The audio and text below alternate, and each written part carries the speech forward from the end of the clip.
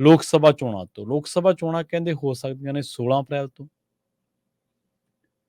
ਜੇਕਰ ਇੱਕ ਚਿੱਠੀ ਦਾ ਹਵਾਲਾ ਆਪਾਂ ਸਾਂਝਾ ਕਰੀਏ ਤਾਂ ਉਸ ਹਵਾਲੇ ਨਾਲ ਤਾਂ ਤੈਅ ਹੈ ਜੀ ਕਿ 16 ਅਪ੍ਰੈਲ ਤੋਂ ਭਾਰਤ ਦੇ ਵਿੱਚ ਆਮ ਚੋਣਾਂ, ਲੋਕ ਸਭਾ ਚੋਣਾਂ 2024 ਦੀਆਂ ਚੋਣਾਂ 16 ਅਪ੍ਰੈਲ ਤੋਂ ਹੋਣਗੀਆਂ। ਹੂੰ ਦਿੱਲੀ ਦੇ ਮੁੱਖ ਚੋਣ ਅਧਿਕਾਰੀ ਦੇ ਹਵਾਲੇ ਨਾਲ ਹੂੰ ਇੱਕ ਚਿੱਠੀ ਸਾਹਮਣੇ ਆ ਰਹੀ ਹੈ, ਜਿਹੜੀ 11 ਜ਼ਿਲ੍ਹਿਆਂ ਦੇ ਵਿੱਚ ਉਹਨਾਂ ਦੇ ਸਰਕਲ ਹੋਈ ਆ, ਤੇ ਉਹ ਚਿੱਠੀ ਦਮ ਭਰਦੀ ਆ ਕਿ ਭਾਈ ਤੈਅ ਕਰ ਲਿਆ ਗਿਆ ਕਿ 16 ਅਪ੍ਰੈਲ ਨੂੰ ਆਮ ਚੋਣਾਂ ਹੋਣੀਆਂ ਨੇ। ਉਹਦੇ ਹਿਸਾਬ ਨਾਲ ਆਪਣੀ ਆਪਣੀ ਵਿਉਂਤਬੰਦੀ, ਆਪਣੀ ਆਪਣੀਆਂ ਤਿਆਰੀਆਂ, ਆਪਣੀ ਆਪਣੀ ਸਮੀਖਿਆ ਸਾਰਾ ਕੁਝ ਕਰ ਲਓ ਜੀ।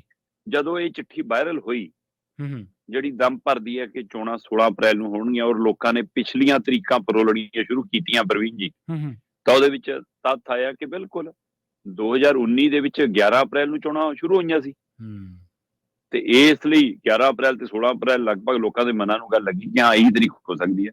ਜੀ। ਮੀਡੀਆ ਅਦਾਰਿਆਂ 'ਚ ਚਰਚਾ ਹੋਣ ਲੱਗੀ, ਰਾਜਨੀਤਿਕ ਬੈਠਕਾਂ 'ਚ ਇਹਦੀ ਚਰਚਾ ਛਿੜ ਪਈ ਹੈ ਸਰਕੂਲਰ ਦੀ।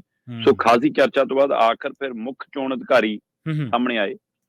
ਮੁੱਖ ਚੋਣ ਦਫ਼ਤਰ ਹੈ ਜਿਹੜਾ, ਉਹਨਾਂ ਵੱਲੋਂ ਬਕਾਇਦਾ ਆਪਣੇ ਆਫੀਸ਼ੀਅਲੀ ਟਵਿੱਟਰ ਦੇ ਉੱਤੇ, ਜਿਹਨੂੰ ਐਕਸ ਕਹਿੰਦੇ ਆਪਾਂ, ਉਹਦੇ ਉੱਤੇ ਮੈਸੇਜ ਛੱਡਿਆ ਗਿਆ ਕਿ ਜੀ ਬਿਲਕੁਲ ਇਹ ਸਰਕੂਲਰ ਦਿੱਲੀ ਦੇ ਚੋਣ ਅਧਿਕਾਰੀ ਦੇ ਹਵਾਲੇ ਨਾਲ ਆ, ਔਰ ਇਹ ਸਹੀ ਹੈ, ਪਰ ਇਹਦਾ ਮਤਲਬ ਇਹ ਨਹੀਂਗਾ ਕਿ ਚੋਣਾਂ 16 ਅਪ੍ਰੈਲ ਨੂੰ ਹੋਣਗੀਆਂ। ਉਹ ਕਹਿੰਦੇ ਕਿ ਸਾਡਾ ਆਪਣਾ ਇੱਕ ਵਿਭਾਗੀ ਸਿਸਟਮ ਹੈ, ਅਸੀਂ ਆਪਣੇ ਵਿਭਾਗੀ ਸਿਸਟਮ ਦੇ ਤਹਿਤ ਇੱਕ ਤਰੀਕ ਨੂੰ ਪਲਾਨ ਦੇ ਵਿੱਚ ਰੱਖ ਕੇ ਕੰਮ ਕਰਦੇ ਹਾਂ, ਠੀਕ ਹੈ, ਤਾਂ ਕਿ ਉਹਦੇ ਹਿਸਾਬ ਨਾਲ ਸਾਡੀਆਂ ਸਾਰੀਆਂ ਤਿਆਰੀਆਂ ਦੀ ਵਿਉਂਤ ਹੋ ਜਾਵੇ। ਫਿਰ ਤਰੀਕ ਅੱਗੇ ਪਿੱਛੇ ਹੋ ਜਾਵੇ, ਫਿਰ ਉਹਨਾਂ ਕੋਈ ਫਰਕ ਨਹੀਂ ਪੈਂਦਾ।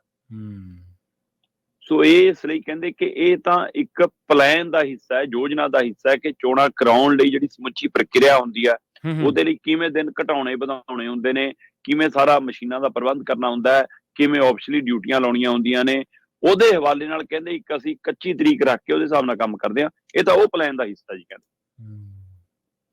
ਪਰ ਜਦੋਂ ਪਿਛਲੇ ਵਾਰ ਵਾਲਾ ਪ੍ਰਵੀਨ ਜੀ ਝਾਤ ਮਾਰਦੇ ਹਾਂ, 2019 ਦੇ ਵਿੱਚ ਲੋਕ ਸਭਾ ਚੋਣਾਂ ਦਾ ਐਲਾਨ 10 ਮਾਰਚ ਨੂੰ ਹੋਇਆ ਸੀ, ਤੇ ਇਸ ਵਾਰ ਵੀ ਇਹ ਮੰਨਿਆ ਜਾ ਰਿਹਾ ਕਿ ਚੋਣਾਂ ਦਾ ਐਲਾਨ ਮਾਰਚ 'ਚ ਹੋਏਗਾ ਜੀ, ਔਰ ਅਪ੍ਰੈਲ ਮਈ ਦੇ ਵਿੱਚ ਚੋਣ ਪ੍ਰਕਿਰਿਆ ਹੋਏਗੀ, ਔਰ ਜੂਨ 'ਚ ਜਾ ਕੇ ਕੰਮ ਸਾਰਾ ਨਿਬੜ ਜਾਏਗਾ, ਮਤਲਬ ਨਵੀਂ ਸਰਕਾਰ ਬਣਨ ਦਾ, ਸਹੁੰ ਚੁੱਕਣ ਦਾ ਸਾਰਾ ਕੁਝ।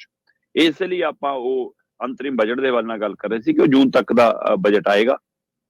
ਸੋ ਇਹ 10 ਮਾਰਚ ਨੂੰ ਪਿਛਲੀ ਵਾਰ 2019 ਦੇ ਵਿੱਚ, ਜਦੋਂ ਅੱਜ ਤੋਂ 5 ਸਾਲ ਪਹਿਲਾਂ ਲੋਕ ਸਭਾ ਚੋਣਾਂ ਹੋਈਆਂ, ਤਾਂ 10 ਮਾਰਚ ਨੂੰ ਐਲਾਨ ਹੋਇਆ। 11 ਅਪ੍ਰੈਲ ਤੋਂ ਲੈ ਕੇ 19 ਮਈ ਤੱਕ ਲਗਭਗ 1 ਮਹੀਨਾ 7-8 ਦਿਨ ਉੱਪਰ, ਸੋ 19 ਮਈ ਤੱਕ 7 ਗੇੜਾਂ 'ਚ ਵੋਟਾਂ ਪਈਆਂ ਸੀ। ਠੀਕ ਹੈ ਜੀ। ਇਸ ਵਾਰ ਵੀ ਮੰਨਿਆ ਜਾ ਰਿਹਾ ਕਿ 6 ਤੋਂ 9 ਗੇੜ ਹੋ ਸਕਦੇ ਨੇ। ਸੋ 6 ਤੋਂ 9 ਗੇੜ ਦੇ ਵਿੱਚ ਜੇ ਵੋਟਾਂ ਪੈਂਦੀਆਂ ਨੇ, ਤਾਂ ਇਹੀ ਮੰਨਿਆ ਜਾ ਰਿਹਾ ਕਿ ਅਪ੍ਰੈਲ ਦੇ ਦੂਜੇ ਹਫ਼ਤੇ ਤੋਂ ਇਹ ਚੋਣ ਪ੍ਰਕਿਰਿਆ ਸ਼ੁਰੂ ਹੋ ਸਕਦੀ ਹੈ, ਤੇ ਉਸ ਦੀ ਟੈਂਟੇਟਿਵ ਡੇਟ ਜਿਹੜੀ 16 ਅਪ੍ਰੈਲ ਸਾਹਮਣੇ ਆਈ ਹੈ।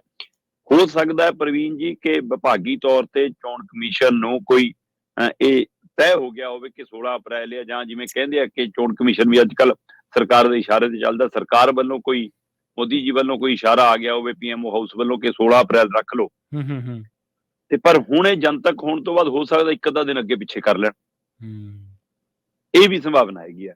ਪਰ ਇਹ ਗੱਲ ਸਪਸ਼ਟ ਹੋ ਗਈ ਹੈ ਕਿ ਇਹ ਕਿਹਾ ਜਾ ਰਿਹਾ ਕਿ ਸਾਡੇ ਪਲਾਨ ਦਾ ਹਿੱਸਾ ਹੈ, ਸਾਡੀ ਯੋਜਨਾ ਦਾ ਹਿੱਸਾ ਹੈ। ਚੋਣਾਂ ਸ਼ੁਰੂ ਹੋਣ ਤੋਂ ਲੈ ਕੇ ਖਤਮ ਹੋਣ ਤੱਕ ਦਾ ਪੂਰਾ ਚਾਰਟ ਬਣਾਉਣ ਦੇ ਲਈ, ਪੂਰਾ ਪ੍ਰਬੰਧ ਕਰਨ ਦੇ ਲਈ, ਅਸਲ ਤਜਵੀਜ਼ ਚੋਣ ਸ਼ਡਿਊਲ ਜਦੋਂ ਜਾਰੀ ਹੋਊਗਾ ਕਹਿੰਦੇ ਤਦੇ ਸਾਹਮਣੇ ਆਊਗੇ। ਤਾਂ ਸਾਡਾ ਆਫੀਸ਼ੀਅਲੀ ਕੰਮ ਸੀ, ਜਿਹੜੀ ਚਿੱਠੀ ਬਾਹਰ ਆ ਗਈ, ਤੇ ਇਸ ਲਈ ਸਾਨੂੰ ਇਹ ਸਫਾਈ ਦੇਣੀ ਪਈ। ਕਹਿੰਦੇ ਅਸਲ ਦੇ ਵਿੱਚ ਇਹ ਅਸਲ ਤਰੀਕ ਨਹੀਂ ਹੈ, ਜਦੋਂ ਕਿ ਪਾਰਟੀਆਂ ਵੱਲੋਂ ਮੰਨਿਆ ਜਾ ਰਿਹਾ ਕਿ 16 ਨਹੀਂ ਤਾਂ 2 ਦਿਨ ਅੱਗੇ, 4 ਦਿਨ ਅੱਗੇ ਪਿੱਛੇ ਭਾਵੇਂ ਹੋ ਜਾਵੇ, ਪਰ ਇਹ ਲਗਭਗ ਤੈਅ ਹੈ ਕਿ ਸ਼ਡਿਊਲ ਜਦੋਂ ਬਣਦਾ ਤਾਂ ਪੂਰੇ ਪਲਾਨ ਦੇ ਨਾਲ ਬਣਦਾ, ਨਾ ਕਿ ਫਿਰ ਇੱਕ ਅੱਧੀ ਤਰੀਕ ਦੀ ਗੜਬੜ ਹੋ ਜਾਵੇ, ਫਿਰ ਔਖਾ ਹੁੰਦਾ। ਇਸ ਲਈ ਕਹਿੰਦੇ ਹੋ ਸਕਦਾ ਹੈ 16 ਦੇ ਹਵਾਲੇ ਨਾਲ ਪੂਰੀ ਸਵੈਟਰ ਬੁਣਿਆ ਜਾ ਰਿਹਾ ਸੀ, ਅਚਾਨਕ ਹੁਣ ਇੱਕ ਅੱਧੀ ਵਿੱਚੋਂ ਸਲਾਈ ਨਿਕਲ ਗਈ, ਤਾਂ ਕਹਿੰਦੇ ਲੱਗਦਾ ਕਿ ਬੁਣਤੀ ਦੁਬਾਰਾ ਪਾਉਣੀ ਪੈਣੀ ਆ, ਪਰ ਅਸਲ 'ਚ ਤਰੀਕ ਕਹਿੰਦੇ 16 ਅਪ੍ਰੈਲ ਆ। ਜੀ ਜੀ।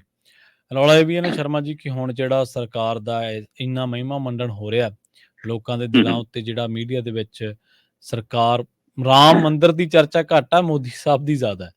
ਸੋ ਬਿਲਕੁਲ ਬਿਲਕੁਲ, ਉਹ ਇਉਂ ਲੱਗਦਾ ਹੈ ਕਿ ਕਿਤੇ ਵੇਲਾ ਲੰਘ ਨਾ ਜਾਵੇ, ਇਸ ਕਰਕੇ ਸ਼ਾਇਦ ਮੌਕੇ ਨੂੰ ਜਿਹੜਾ ਸਾਰਾ ਤਾੜ ਲੈ ਜਾਵੇ ਮੌਕਾ।